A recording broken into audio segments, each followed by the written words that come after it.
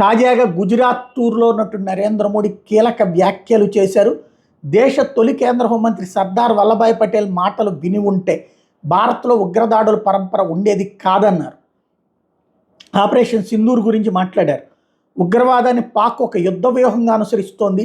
దీన్ని భారత్ సమర్థవంతంగా ఎదుర్కొంటోంది. పాకిస్తాన్లో ఉగ్రవాదుల అంత్యక్రియలకు ప్రభుత్వ అధికారులు హాజరై ప్రభుత్వ లాంఛనాలతో జరిపించారు. ఆ దేశ ఆర్మీ కూడా వాళ్ళకి శాల్యూట్ చేసింది. ఉగ్రవాదం అనేది పరోక్ష యుద్ధం కాదని, పాకిస్తాన్ యుద్ధ వ్యూహం అనేది రుజువు చేస్తుంది. దానికి తగ్గట్టే స్పందిస్తాం.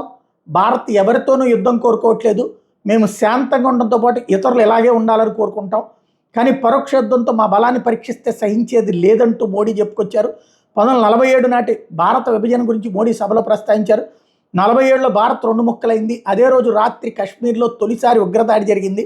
సాయుధ మొక్కల సాయంతో కాశ్మీర్లోని కొంత భాగాన్ని పాకిస్తాన్ ఆక్రమించుకుంది. ఆ రోజున ఉగ్రవాదుల్ని ఏరివేసి ఆక్రమిత కాశ్మీర్ని తిరిగి స్వాధీనం చేసుకోవాలని సర్దార్ వల్లభాయ్ పటేల్ సలహా విని ఉంటే భారత్లో ఉగ్రవాదుల పరంపర కనిపించేది కాదు. కానీ అప్పటి ప్రభుత్వ పెద్దలు ఆ మాట వినలేదు. అప్పటి నుంచి పర్యాటకులు, యాత్రికులు, పౌరుల లక్ష్యంగా ఉగ్రదాడులు జరుగుతూనే ఉన్నాయి. పహల్గామ్లో జరిగింది కూడా అందుకు ఉదాహరణ అని మోడీ చెప్పుకొచ్చారు.